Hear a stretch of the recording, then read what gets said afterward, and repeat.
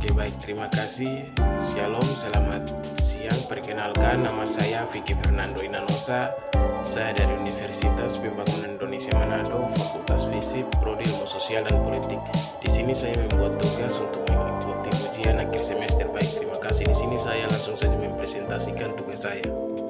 Tugas Sistem Politik Indonesia.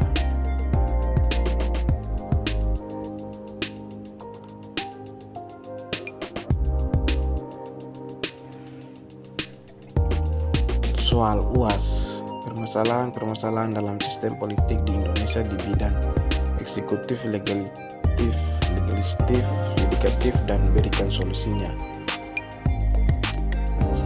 Secara struktur politik Indonesia adalah negara keseluruhan yang berarti kebijakan politiknya tidak perlu didasarkan satu ajaran agama tertentu, tidak memilih atau agama sebagai agama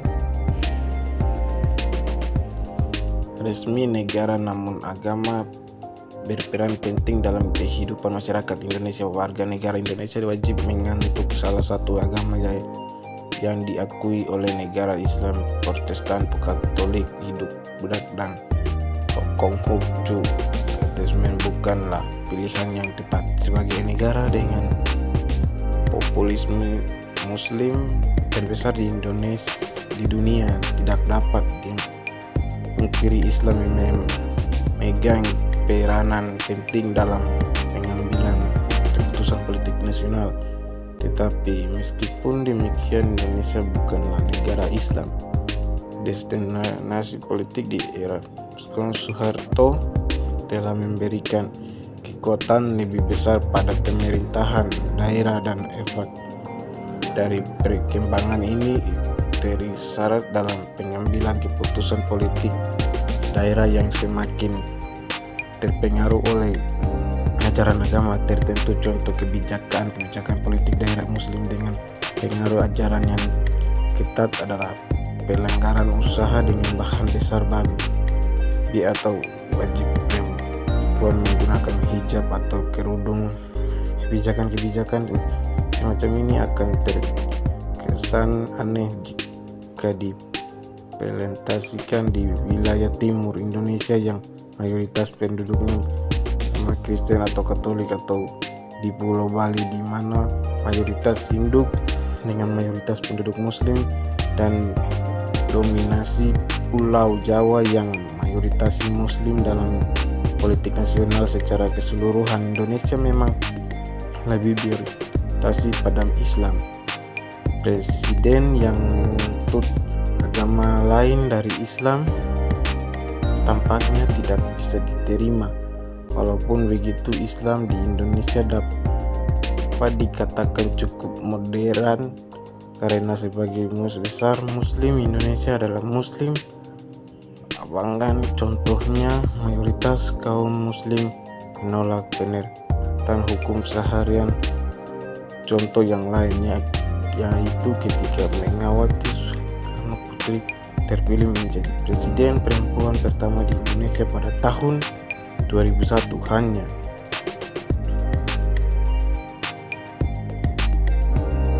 sedikit kelompok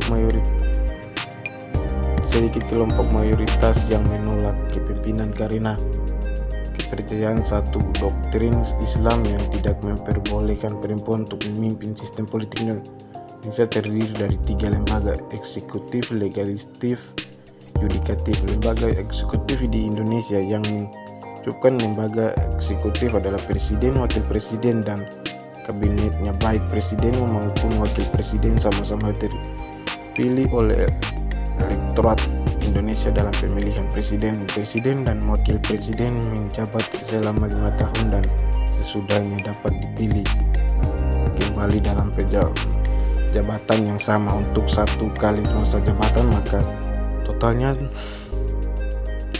10 tahun. Selama masa kampanye presiden dan wakil presiden adalah sebuah pasangan yang tak terpisahkan. Dengan demikian, komposisi calon presiden dan calon wakil presiden butuh strategi hal-hal yang dapat mempengaruhi kategorinya. Targetnya adalah latar belakang, intensi dan agama dan posisi sosial sebelumnya dalam masyarakat.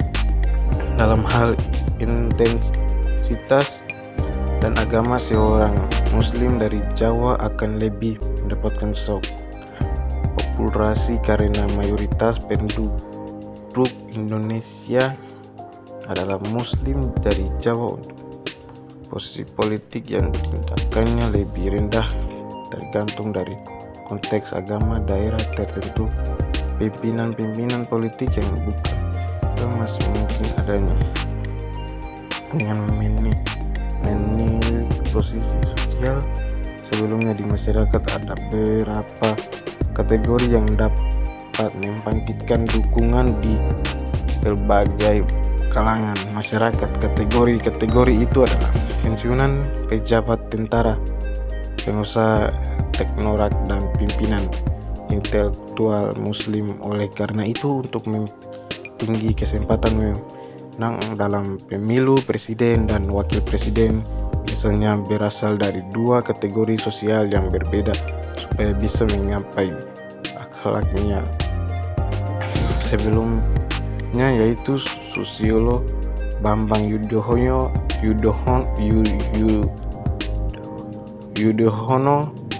seorang pensiunan tentara dari Jawa, memilih Biodiono, seorang teknokrat muslim Jawa, sebagai wakil presiden di masa